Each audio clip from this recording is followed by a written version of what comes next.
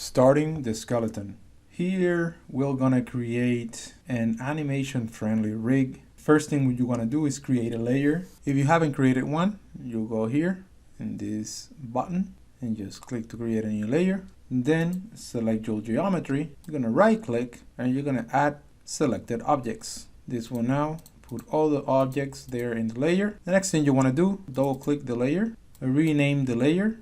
You can do model layer or character layer. You can also change the color of the wireframe if you wish, and then click Save.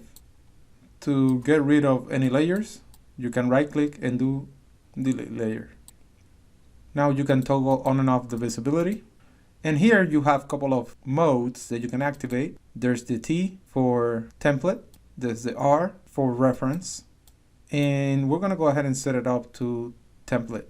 Now we're gonna access our rigging menu set. Chances are yours is gonna be a modeling. We're gonna click here and go into rigging. And now we're gonna go into skeleton, create join option box. Click there and reset tool to make sure that we both have the same values.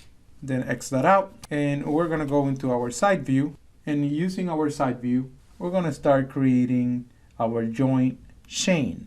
When you're creating the joint chain for your character, make sure to add slight bend on the knees on the right direction. Otherwise, the rig might not work well. And kind of keep this as a rule of thumb. Always keep your placing of the joints slightly bent in the direction you want them to bend. So let's start placing joints. Let's add one in the thigh. Here, if yours is too small, you can always click on the radius and increase the size. Let's do one for the knee. Remember, try to bring that forward. Then the ankle, then the foot. Let me step back. The foot we'll do somewhere here in the middle. And then we'll do one for the toe joint. All right, so we have to select all the joints here so that we can change the size.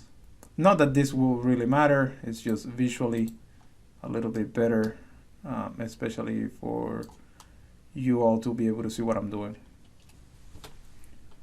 Now, if you go to the front view, we can grab the move tool, and if you double click the move tool, we want to change the orientation to component and move it into place somewhere around there.